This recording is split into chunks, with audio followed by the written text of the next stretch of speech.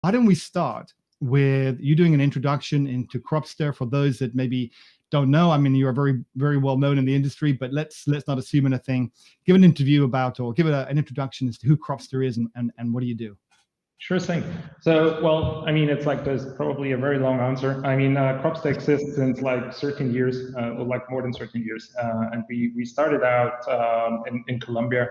That was where we actually founded our company. I mean, it's an Austrian-based company, but we all worked in a research center and we worked with farmers.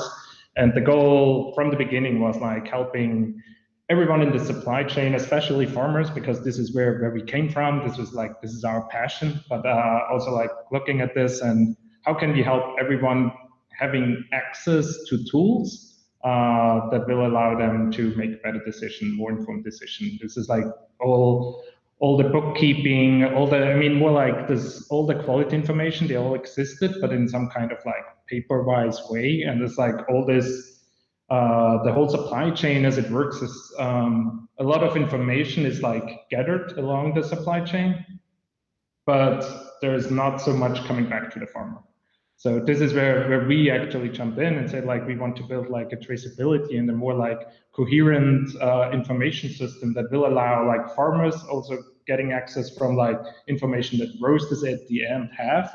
Or like if we can go to the end consumer, that's even better. But it's like it was always like the roaster, farmer, importer, exporter, the whole relationships, and like getting all the information and giving everyone access to the information that they need. So it's not like free for all, but it's like everyone should own their own data. A farmer should be in possession of his own data, and he should make the choices that to whom do I give my information, but also then have the feedback from roasters. So for the roasters, it's great because they see like the trends over the years, and also like, okay, we found out you roasted your coffee, it tastes a little bit over fermented. But that only I noticed when roasting, you can write through, you give this feedback back to the farmer. He can change something, and as well, farmers learn to understand why do people like my coffees, to whom it's like the most valuable, because it's like if you like the coffee less than I do, I should sell it. I mean, to me, because it's like I would give you a better price, and this is not something like it's just like what you like and how it tastes for you. So it's a lot about traceability, quality, raising the bar along the supply chain to help everyone to produce and make better coffee. So that's the general mission of our company. We are now in more than 90 countries, working with farmers, importers, exporters, roasters. Yeah. So yeah, I should have done my homework more because I was looking at you more from the roasting side. And now that I know you do the whole track and tracing, you're going to have to come back and we're going to have to talk about blockchain. We're going to have to talk about... Oh, yeah. You just made more work for yourself. Yeah. But as a matter of fact, I mean, that's where we're coming from. But we do a lot of work with roasters. So it's like there's a lot of work that we recently and over the years have done with roasters. And we could probably fill a whole like talk just with like information from here and forward. Well, it's okay because we're using Google Cloud Storage, so we can just keep going. This isn't like the old days when you ran out of memory cards, you know. Okay. So I tell you what, look, the title of this thing is obviously, I'm going to give it a catchy headline grabbing kind of title of artificial intelligence, and that is why we're here today to talk about it. And so you've given thank you very much for that introduction. And actually now I'm going to go back and try to learn more about what you guys do, because it sounds really interesting in a lot of ways as well, for other things that I'm working on. So about artificial intelligence, we're going to bring the conversation here, and we're going to geek out a little bit. But the first thing we need to do is actually say what artificial intelligence is. And oh boy, okay. So nobody can agree. The only thing that everybody can agree is that nobody can actually agree, and everybody will have different terms. But there's a basic history to it that we can talk about, and we can talk about the terms. and define the terms in general concepts, and then we can take it from there.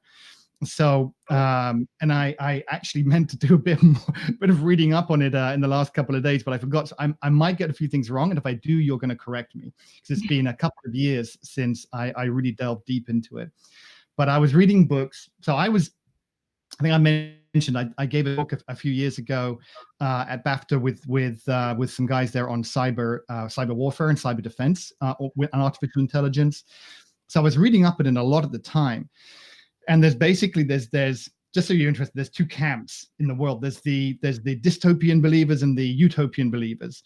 And the utopian believers with people like Ray Kurzweil, who's the chief data. I don't know if he is still the chief data scientist at Google. He used to be, and he gets really involved in life sciences things. He believes that artificial intelligence and what we're going to be defining as general artificial intelligence is actually going to make life really fantastic for everybody. And we're going to live these amazing lifestyles where we're free to be creative and not worry about day-to-day concerns. And then there's the dystopian view. I read a book by, I'm going to get his name probably wrong, I think it was Nick Bosworth or something. It was called Superintelligence. And that was the view that as soon as something becomes sentient, then it won't, the first thing it's going to do is protect itself by not letting on that it's sentient until it's got to a position where it's strong enough that you can't switch it off, and then it'll do whatever it thinks is the right thing to do, which may not be what it's been programmed to do, because that's the whole point about being sentient. So these two different things. So most people who've watched the Terminator movies and everything else, who understand, and we're going to come on to obviously making sure that Cropster isn't going to, your roaster isn't going to, you're going to give me some assurances that your roaster isn't going to become self-aware and start to murder people. But most people who are thinking about artificial intelligence, they've got this thing in mind about it, the Terminator and that sort of thing. But that's the general AI, what they call general AI, which we're a long way away. I think everybody can agree we're actually quite a long way away from that. Mm-hmm. But when we look at AI as it's actually being used in the world today, these are narrow AIs. These are AIs for a specific purpose, such as a self-driving car, or an ability for Google, when you type cat into Google or show Google a picture of a cat, it finds other cats. And these are examples of an AI defined for a specific purpose. Your voice assistants are using pattern recognition technologies for this. So in that sense, there's a few terms that are being thrown around that people get very confused about, which are artificial intelligence, machine learning, and neural networks. And basically, while we won't get too deep into the technical part of it, basically, if you're not trying to have a system that is making intuitive leaps, that is to say, if you're not trying to make a system that you teach it how to play chess and then it can say, well, I understand strategy now, so I'm going to go and I'm going to learn how to play Go, right? That's an intuitive and imaginative leap. And if you're not trying to do that, then most of what people are actually doing is effectively like a machine learning, which is you're giving large data sets and you're creating deductions from those data sets. You're basically processing that data in many, many different ways, and you're deriving conclusions from that and maybe finding new things that you can do with that particular data in that context. And that we call machine learning. And there's a few other sort of things like, and there are a few other sort of areas of it. And neural networks is the idea of, or is the method to implement artificial intelligence where you're trying to basically reestablish a brain's pattern. So a brain works on neurons and neural networks. And when we repeat something as a human being, we do something over and over again, we're actually strengthening the path, right, in that neural network. And so people have tried to recreate that in software to create a neural network. And again, here people disagree whether that's the right way or the wrong way to do it. But that's like the basic concepts. You've got general AI, which we're not talking about. We're not doing anything with that. You've got narrow AI, which is artificial intelligence to do a specific one thing very well. And within that artificial AI, generally people are talking about either using software, using neural networks or other approaches, but using large data sets to be able to create inferences from that data, or intuitive leaps in some respect that we ourselves as humans would find it hard to do because we're not processing that kind of quantity of data. How much of that did I get right? Most of it, yeah, no, most of it sounds really well. No, I mean, I always try to explain it more like this. Like, there's this umbrella term of like artificial intelligence, which is like just encompasses everything, which is like actually we try to teach machines to create abilities that we have as humans, or like human-like abilities. And then, yeah, you have this like whole like super intelligences. And then further down, you have like several like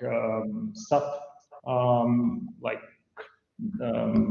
well, what you call like fields. Like one of them is machine learning, and machine learning really tackles using data. I mean, it's just like big data is one of those things that get thrown in, but there's like countless others. And then there you have further down more like subfields. I mean, one you mentioned is like neural networks. And yeah, so it's like this kind of.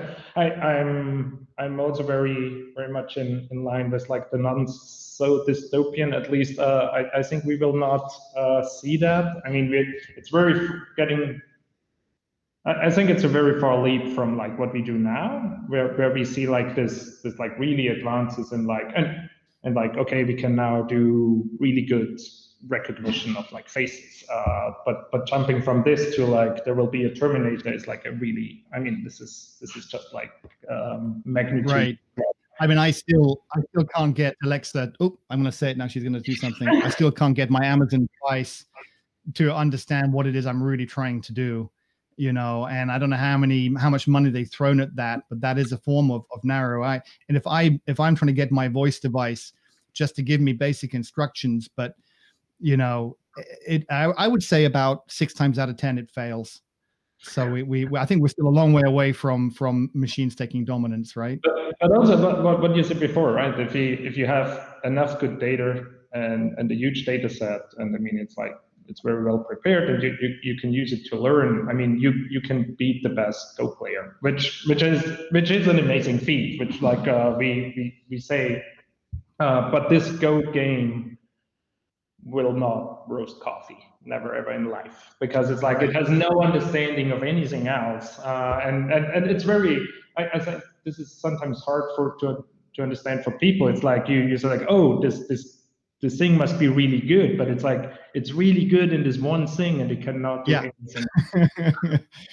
Yeah, we all know people like that, right? So we people who are very, very good at one thing tend to be very bad at everything else. Some of the people I know simply could not walk into a room and say hello to somebody because that would terrify them, and so we're quite a long way off. I think people have talked about 20 years. The only interesting dynamic in this is and this is something that Ray Kurzweil I think brought up, was you take a look at the acceleration. So the acceleration of technology is logarithmic, in the sense that we are getting faster at learning things faster. So it's almost like a compound effect.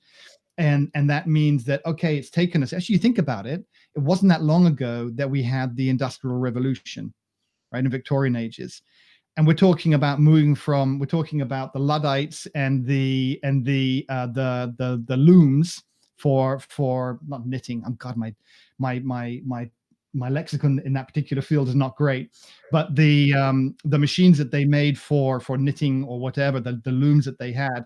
And you had the Luddites, which were the people who were anti the loom technology, because they thought, well, you know, this is crazy advanced stuff, and you know, it's going to be the end of the world.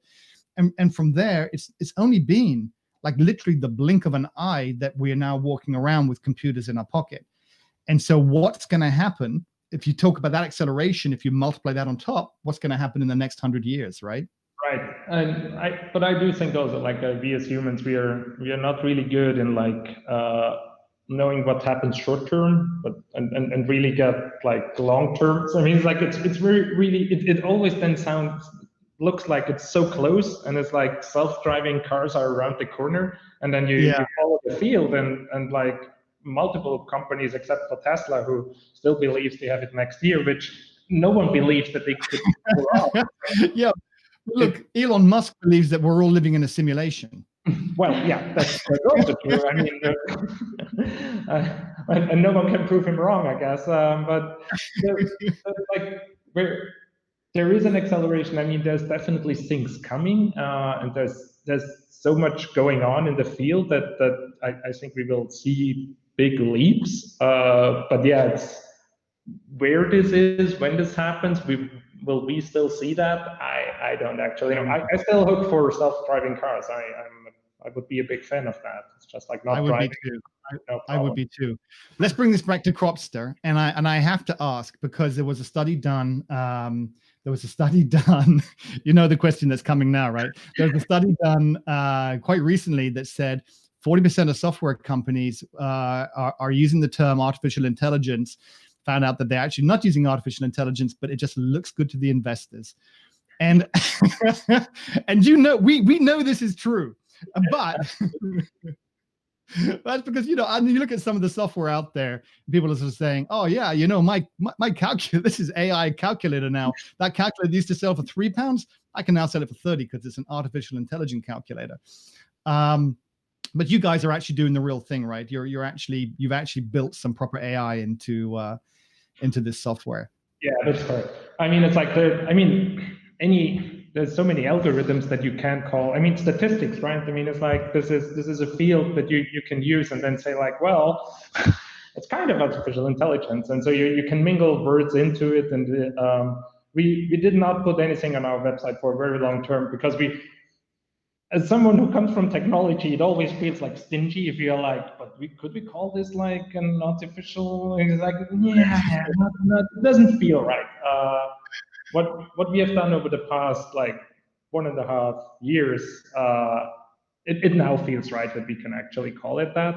So we really dug deep and looked at like millions of records. We really tried to like we started this beta project, and then we worked with like companies on figuring out what information can be gleaned from what's stored, what do roasts give up, and like we all know certain things and how to measure them and that they have an impact. But roasting is so complex, and the interactions and the chemicals that are in there for someone to just like understand, it's very hard. Let's take that back then, because that takes us to a really good spot, which is actually explain what the problem is that we're trying to solve. I say we, because I'm actually not doing much work on this at all for you guys. But okay, what's the problem that you were trying to solve with this software? So imagine that you're talking to a child, because you won't be that far wrong with me, and you're explaining the roasting process and the traditional roasting process before you brought in this AI functionality, and what the challenges that you personally as a company had that you were then trying to solve. Right. Lisa. Yeah, that's the time for me to jump in. So basically, one step back, right? We talked about how technology evolved over the last years. It's like same with us, like how we evolved. Like when we started 13 years ago, like roasting, when you talk about roasting, it's basically the process of making the green bean, bringing the green bean into the roasted state, right? And initially there was like no technology. So basically you put your beans into the roasting machine, and then you put heat into the roasting machine. And with that heat, these green beans on some point get to a specific stage of brown. As a roaster, you usually kind of have a knowledge like how brown should they be, how long should they be roasted. And at the point where there was no software, you basically tried to take notes about everything. Like you noted down, okay, how much green coffee did I put in? Like how many kilos? Like how long have they been in a specific temperature range? You tried to like note down temperatures, for example, like every 30 seconds. You noted down like how much gas, like how much energy did I put into the roasting machines every 30 seconds to kind of try to understand what is happening in this time frame, in this like, let's say 15 minutes, to get your roast to this desired end state. And then after that, you basically took out the coffee, rested it, and then you tasted it. And then you found out you either liked it or you didn't like it and you need to change something. So you repeated this process so long until you got to a point that you're happy with your product. And then you try to find out how you can repeat that. And ideally, you have made so many notes that you know exactly what you should do again. And that is where we started as Cropster, where we then developed this profiler system where we track every second of what's going on into your roasting machine. So you get now a roasting curve where you see exactly how much temperature, how much gas, and there are many other variables that you can track, so that when you got to this desired point, you can immediately reproduce it. That is like how we started. And then even already when we started, we developed this metric that's very commonly known in the roasting industry. It's called rate of rise. And you can think about it like seeing the speed of a car, like how fast are you like increasing your speed. For example, if you see, oh, I'm increasing like 80 kilometers per hour, you kind of know how fast you're going. And the same is with the rate of rise. It basically tells you how fast your roasting machine is heating up. And with this, it was like the first approach in like helping the roasters to see if they keep with like this speed, they kind of could calculate in your head, okay, if I keep this speed, most likely I'm getting to this important roast event, first crack, in this specific time frame. So they can kind of, with this metric, calculate in their heads when they're getting to specific events and then make adjustments based on that. So basically what Cropster always tries to solve is like helping you to see how your roast evolves, getting to basically your desired quality, and then making it repeatable. Because making it repeatable is also like one of the biggest problems in roasting. So we always wanted to do that. We always wanted to help with that. But now, again, as in technology, we saw that we actually can do more. We cannot just like show the rate of rise or show what's going on at the moment, but we could, with like all the knowledge we have and all the machine learning algorithm we created, actually show what's happening already in 2 minutes. So when you know as a roaster what is happening in 2 minutes, you can actually react right now. So, which is like actually pretty good. And one of our customers framed it like that. Until the artificial intelligence was there, they basically reacted to a roast more on defense. So they always kind of be like, okay, how can I keep that roast where I want it to go? And now with the artificial intelligence, they can rather go on offense with the roast and be like, okay, this is where I want you to go. So that is actually. Yeah, that's a really, really good explanation. Thank you. And it sounds to me like, and I was reading up on this. I know very little about the roasting business. So I'm going to be that guy that asks all the really stupid questions. Somebody told me once, Nick, one of your really great strong points is you're not afraid to make a complete fool of yourself. So I have no problems about asking the really dumb questions, and maybe there'll be other people out there who'll watch this who'll be glad that I did. But it seemed to me as I was reading up on the ROR, the rate of rise, that actually that predictive, proactive process was really lending itself very strongly to the benefits of AI and big data and being able to make those predictions. Is that right, Martin? I mean, the thing was like it is a time event, and time events are something that are very good for. I mean, that as a technology we understand. So it's like there's a lot of predictions with like over time. I mean, that what Lisa said is like the simple fact of like you just like know where you are in 2 minutes. You can draw a straight line, right, and say like, okay, I'm there in 2 minutes. That will not happen because what we said before was the complexity of what is going on. If I make a change in my system, the whole system changes, and it's like you are now like trying to incorporate all those things that are already there at the point in time where so much things have happened. So it is not some simple math in your head. I mean, that's what you can do as an abstraction. But if you roast differently, if you take less speed in the beginning, more speed, it changes the whole variable level. And with artificial intelligence, we we were able to learn actually what the influences are and predict them correctly into the future. So this is where, I mean, it's a complex system. It's not a completely like sealed system, a roasting machine, and depending on the roast machine, it depends. But those are also variables that we can put in there. So it's like, depending on the type of roast machine you're using, your heat development will be different. And also depending on like the speed that you took before, it will be different. So our system can use that and can give you an accurate prediction no matter which machine you're using. So Lisa, can I ask, is it, do you use the software when you're doing the sample roast? So here comes one of my stupid questions. Okay, so my understanding is you do the sample roast first, so you get a sample roaster, and you're basically trying to create a profile. And once you've got that profile for the beans that you've got, you're making an assumption that all the other beans for that batch are going to be of a similar profile. And then you can say, great, got the profile nailed. Now I'm going to roast all my beans in the future like that. So is the place for this software, for the Cropster software, during the sample roasting, or do you also use it, when you're roasting every batch? So actually, that's a very good question. The software Cropster is for both. So you use it for sample roasting, but also for production roasting. It is the same software, but it has a little bit of different like functionality you can use.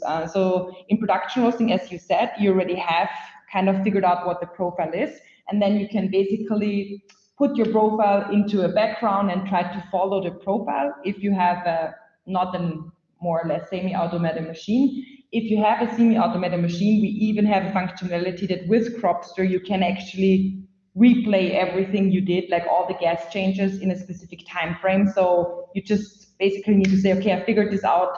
Now, please, Cropster, help me to reproduce exactly what I did. So that is like the production roasting side of things. And on sample roasting, actually, the roast curve prediction even helps you even more. Like on production roasting, it's like, okay, it's trying to stick to my curve basically. But in sample roasting, you need to imagine that, as you said, you have a new coffee, right? So there's a new sample. You kind of know from experience, okay, maybe how does an Ethiopian coffee behave, or how does a fully washed coffee behave?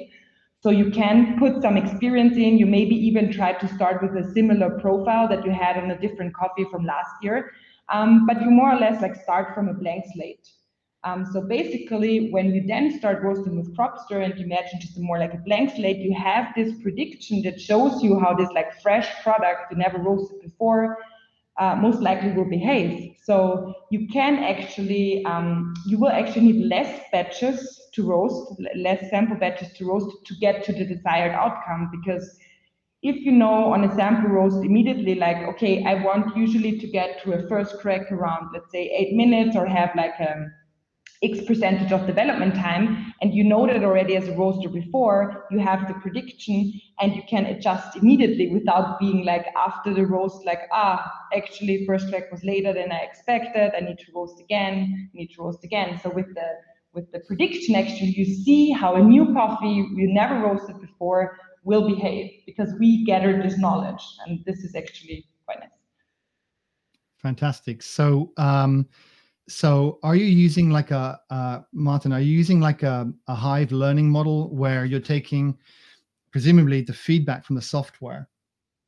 If you've got, I don't know, let's say you got 1,000 roasters all over the world roasting different beans and doing different things in different ways. Is that data being sent back to a central place where you're able to learn from all of those different roasters and then be able to apply that to another roaster? So for example, if a roaster in New York is doing something a certain way, and you learn something from what he's doing, is that lesson then applied to the algorithm that goes out to everybody? Yeah, let me just take one step back on that. So, because I mean, it's very important to say like that the data that belongs to a customer is a customer's data. It's not our data. And when we started out, we started this, as I said before, the data project. So where we have like a roster of like roasters that we work with, that we are like really going and like with their permission and like with all that going to like research and doing like research on the data and seeing like, okay, what can we find? What do they know? Blending like the human part with like the data part, and then going back and forth on those things. And if there is something that shows to have value for the community, like for the bigger, like that is applicable not only for a small part, because this is also important that we can always like give this to everyone and not just like the people that can really afford like very specialized like hardware. Then we try to roll it out to more people. And in this case, we did this. We did this case studies with like our roasters, and now the system completely makes the data anonymous. So it's like we have this data, but we do not know anything. It's like it's to the whole system. It does not know anything about any particular. It wouldn't know that you're from New York, or it wouldn't know that like you're like this and this person. So it just, for it is a set of like the features that we have and that we train it on. And now that allows us to like add new data sets and keep training it further. I mean, there is, what it means is like, it's not 100% tailored to you. So it's like only what you are doing. But I mean, we all have unique styles, but they are all in like a general level very similar. I mean, it's like if you always look at the bigger topics, bigger like at the high level, there's always the chance that it is applicable for something else. So yes, in a sense, we get information back into our system, but it's like detached from all the like general information. I mean, it's just like, it's really a blob of data. It learns from that, and then it's this can be like, you don't need to know like location data or it's John Smith. No. That's actually not relevant to you. It's different. Funnily enough, some years ago, someone did a test on some antivirus. So, you know, the antivirus that you run on your PCs, and there's lots of different companies out there like McAfee or Trend or whatever. And somebody went and did a test, and they tested, I think, about 20 different antivirus runnings on the computer to see what they did. And they ran what's called a network sniffer to see what traffic that they were sending back to the central, and they were sending your documents back, right? So your personal data was being exfiltrated back to data centers based in the US, totally in breach of all European regulations in order for them to do the cloud analysis. Now, for the antivirus companies, that makes commercial sense. It makes no branding or reputational sense, but it makes commercial sense, as long as you don't get caught. But for Cropster and what you're doing, that's irrelevant data. So I can imagine you can completely anonymize the data at the point of collection, anonymize it, and you're just sending up like raw data that could come from anywhere, from anybody, but you're able to learn from that, because I think it is quite, in all these AI models, the bigger the data set, the better the information, and then that benefits everybody, right? So you can build a more comprehensive model, and then you also have the ability to, like, if there's a new roast machine, like someone coming to the market, and it's like you can incorporate like more things. And it's like, if you're the first person who bought it and you're the only one in your vicinity that has like a certain type of roaster, there's not so many, you don't have that information. But if you look globally, there's more people, and so you can harness like information from others that also have similar experiences. So does this, Lisa, does this software work on every type of roaster, or is it restricted to certain types of roasters? Well, we have a quite substantial list of roasters. I mean, we always say more or less we can connect to nearly any roaster, right? We also work very closely with the roast machine manufacturers. For example, if a customer comes and has a new machine we have never heard before, which by now barely happens, we try to figure out a way how to connect to them, because we can either connect directly, like with an Ethernet cable, like on the more modern machines, we can connect directly. But also for the older machines, we have a specific Cropster connector that you can nearly connect to any machine. So you just need a computer, download our software, and you can get started, basically. So if I have a very old or non-sophisticated roaster, actually this is a way for me to substantially increase the value, the benefits, or the capabilities of what I can do with that roaster without having to buy a new roaster. Exactly. We have, and like, I mean, a roasting machine, it can last 20 years, right? We have customers that have roasting machines that are 15 years, 20 years old, and you don't want to buy a new roasting machine if it's fully workable just for new software, if you can just add it on. And that is like one of our biggest, as Martin said before, the thing was most important to us is like that we bring this like machine learning algorithm to everybody that is using Cropster. It doesn't matter if you have a new machine or an old machine, it doesn't matter. We will cover all of them. So sorry to pin you down on it, but or to fire this left field, but how many installations do you have of this software out there at the moment? Can you say, or is that commercial, confidential? Yeah, that's a bit confidential, but it's in the south. I have to ask. Right? Okay, so in that case, what's the plan going forward? So you've got this. How are you going to take this forward? I mean, everyone's got ideas. This sounds like it actually to me sounds great. I wish I had a roaster so I could try it out. I'm gonna have to go find some. Maybe you have to tell me somebody locally in my area. I can go down and have a look at it. No, seriously, I'd really love to do that. But what are your plans for the future then?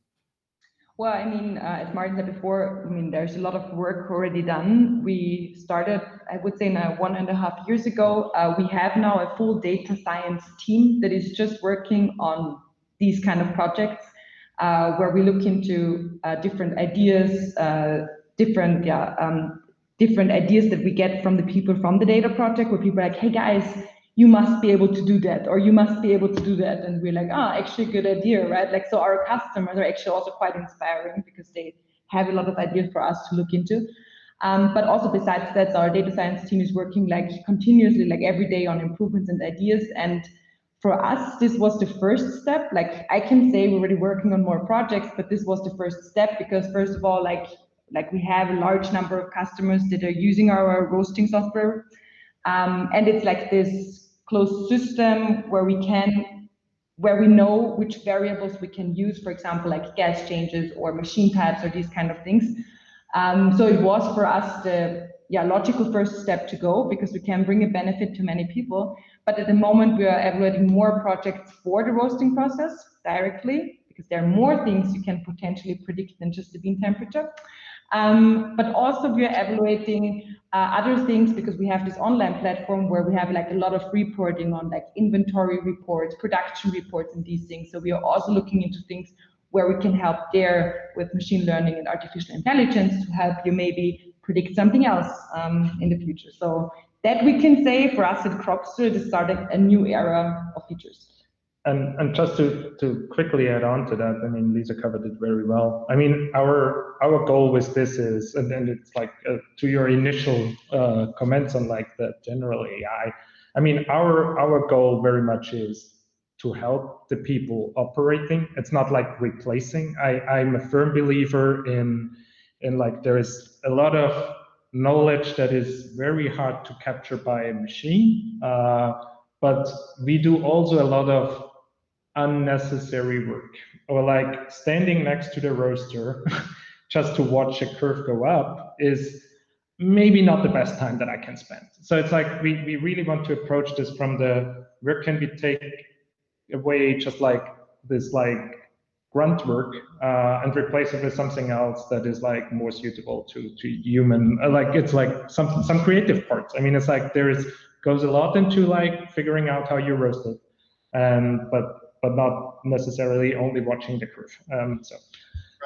Right. So you'll do well in some countries and in some ex-communist countries where I was at recently and had to pull up and give my parking ticket to one person who he would then take my money and then give me the same ticket back. I would then drive 2 feet and give the same ticket to another person who would then open the gate for me. And so yeah, it's a productivity improvement, right? So the idea is to get away from having lots of people just for the sake of having lots of people. You don't need to be standing around watching the roaster. It's a case of having those people actually move up the value chain, do more important things. And also you can do so much. It's not like getting, I mean, not having the people, but while you're there, you can already prepare the next batch. I mean, most people do, right? They run around. I mean, it's like it's amazing how busy like a roasting floor is and how much those people have to do. And in the same instant, we ask them to calculate like values in their head. I mean, it's like let the computers do what computers are good at, which is just like working with numbers. But the other things free up the time to just like concentrate on this task and not just like be like constantly spinning and multitasking. Yeah. Fantastic. Well, listen, we're coming to the end of the session, but you've been fantastic. I feel like I've learned a lot as well. But I'm going to have to come back and talk to you about blockchain and track and trace, because it's another little thing of mine where I've been involved in track and trace applications internationally, mostly in a different industry, but be fascinated to see what you guys are doing in that, because I've been reading about it for a long time, but I haven't seen a lot of it in action on the ground, not just in coffee, but also in cocoa. So we cover the cocoa market as well. And traceability is hugely important. We actually now I'm going to give like a little punt for myself here, but we just released a research paper on the problems in Cote d'Ivoire with deforestation. And the problem that Cote d'Ivoire's got in deforestation for the cocoa is it's really mostly for cocoa planting and cocoa farming, that they're cutting down the forests. But the problem is not as widespread in Ghana. Why the difference? Because of track and trace. In Ghana, they have a GPS system. It's really very basic. It's not blockchain, nothing. It's just GPS, and you can actually show the provenance. It's all the way through to the farm. You can show the provenance of where those cocoa beans have come from, but they haven't got it in Cote d'Ivoire. And the same thing can be in the coffee industry, not so much from a deforestation issue, but more from a knowing actually what you're buying and how much you're paying for it is really important. So I had no idea actually that you were involved in that. So I might call upon you again. Yeah, we are happy to talk again. It was very nice. Thank you so much. You've been very generous with your time. I really appreciate it. No, thanks so much, Nick. Yeah, it was great talking to you. Yeah.